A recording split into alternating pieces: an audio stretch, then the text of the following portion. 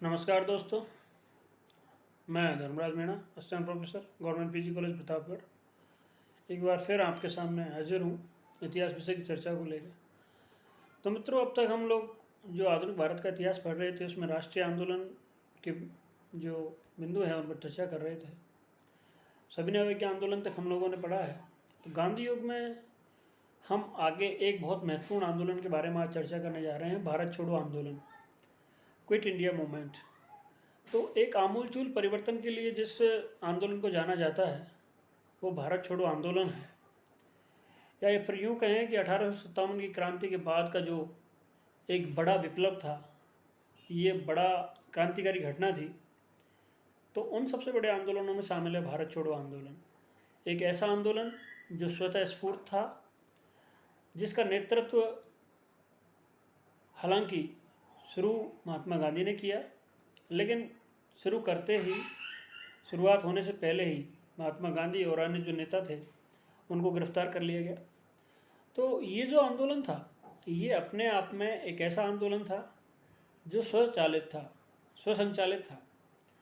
जो लोग थे, जो आंदोलन करने वाले थे, वो स्वयं की प्रेरणा से, तो एक तरीके से जो भारतीय जो जनमानस था, उसकी जो चेतना थी वो उस लेवल तक पहुंच चुकी थी कि अब उन्हें किसी नेता की आवश्यकता कम फील होने लगी।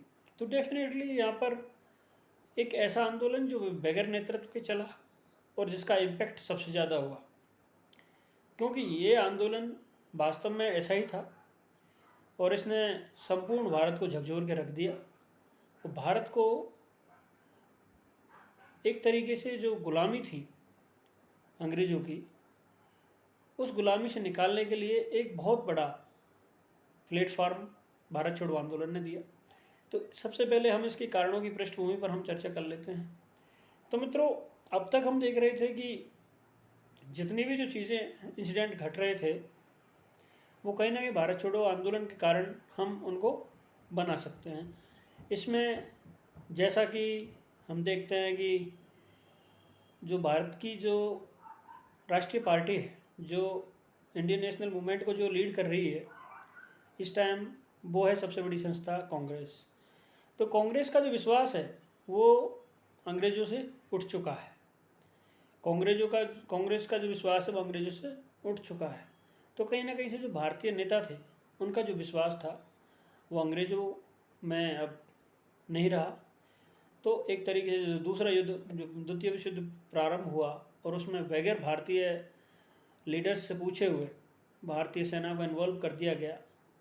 तो एक तरीके से उनके होने ना होने का कोई औचित्य नहीं, क्योंकि जब चुना हुआ मंत्रिमंडल आपने बना रखा है 1937 के चुनावों के आधार पर, कांग्रेस जो कि 11 में से 8 राज्यों में सरकारों में पदस्थ थी, तो वहाँ पर उन्होंने इस प्रतिक्रिया स्वरूप अपने मंत्रिमंडलों से त्यागपत्र दे दिए।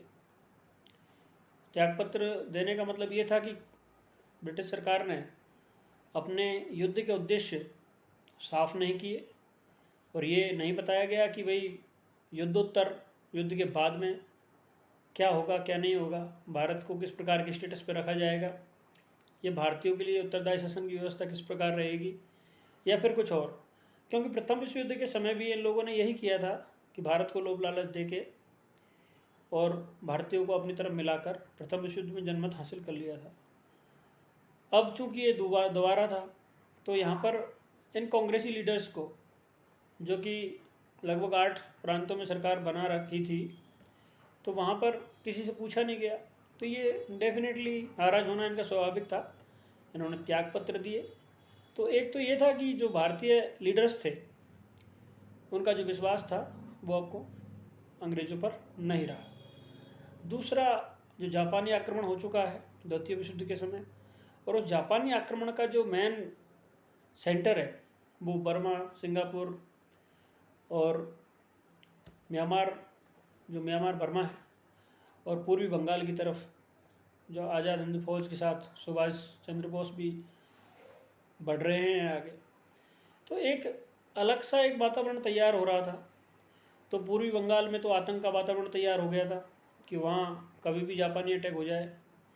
इसी तरीके से अंडमान निकोबार द्वीप में भी जो उनकी आज़ाद INA थी वो कब्जा कर चुकी थी, उन्होंने स्वराज और शहीद द्वीप उनका नाम दे दिया था। तो डेफिनेटली कहीं ना कहीं से जो जापानी शक्ति थी उसने साम्राज्यवादी शक्तियों को हिला के रख दिया था। पर्ल हार्बर पर अटैक करने से अमेरिका प्रभावित हो गया। अंततः प्रत्युत्तर में इन लोगों ने हिरोशिमा नागासाकी पर परमाणु बम डाल के जापान को रोका। लेकिन हम यहाँ जो पढ़ रहे हैं भारत छोड़ो आंदोलन पढ़ रहे हैं, तो जब जापानी सेना का जब भय बढ़ता गया तो डेफिनेटली जो भारतीय कांग्रेस थी वो और महात्मा गांधी जी थे वो समझ रहे थे कि अब शायद जापान का सत्ता पे काबिज हो जाए, क्या पता। तो एक भय, एक अजीब सा भय था। उस भय के चलते महात्मा गांधी ने यह भी कहा कि भाई आप भारत को भारतीयों के लिए छोड़ दीजिए, जापानियों के लिए मत छोड़ो। अगर आप लोग यहाँ से जाएंगे नहीं तो चले जाओगे तो जापानी नहीं आएंगे। तो डेफिनेटली एक क्विट इंडिया मूवमेंट में सबसे बड़ा इशू ये था कि जापानी आक्रमण का भय बढ़ता जा रहा था। दूसरा, नेताओं जो भारतीय नेता थे उनका विश्वास में इधर कमी हो गई थी। एक बर्मा में जो लोग, म्यांमार बर्मा जो जापानी आक्रमण से हताहत हो गया था, तो वहाँ जो शरणार्थी थे या फिर वहाँ से जो लोग निकाले गए इंडियंस, तो उनको निकालने के पीछे जो ब्रिटिश सरकार ने जो तरीका अपनाया कि भारतीयों के लिए और अंग्रेज़ों के लिए अलग अलग तरह की व्यवस्थाएं की, भेदभावपूर्ण व्यवहार किया। अंग्रेज़ों के लिए बीच में खाने की व्यवस्था रखी और रहने की व्यवस्था रखी शरणार्थियों के लिए, लेकिन भारतीयों के लिए नहीं रखा। ऐसे दोहरे मापदंड अपनाए गए। तो डेफिनेटली भारतीयों का हताहत होना अच्छा है कि क्या पता इनसे बेहतर तो जापानी थे। तो और उधर दूसरा, सुभाष चंद्र बोस अपना प्रभाव बढ़ाते जा रहे थे। तो एक ये भी चीज़ें थी। दूसरा, एक महंगाई, कालाबाजारी, युद्ध की वजह से एक बार फिर उछाल पे आ गया।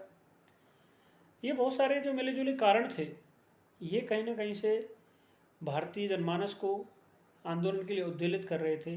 और यही कारण था कि ये आंदोलन स्वतः स्फूर्त रहा। आगे हम जब देखेंगे इसके प्रभावों को, तो वो प्रभाव अपने आप में इसके कारणों की वजह से ही पैदा होते हैं। आइए, जो रॉयल नेवी विद्रोह है आगे जाके होगा, तो उस पर भी कहीं ना कहीं इस क्विट इंडिया मूवमेंट का एक इम्पैक्ट रहेगा।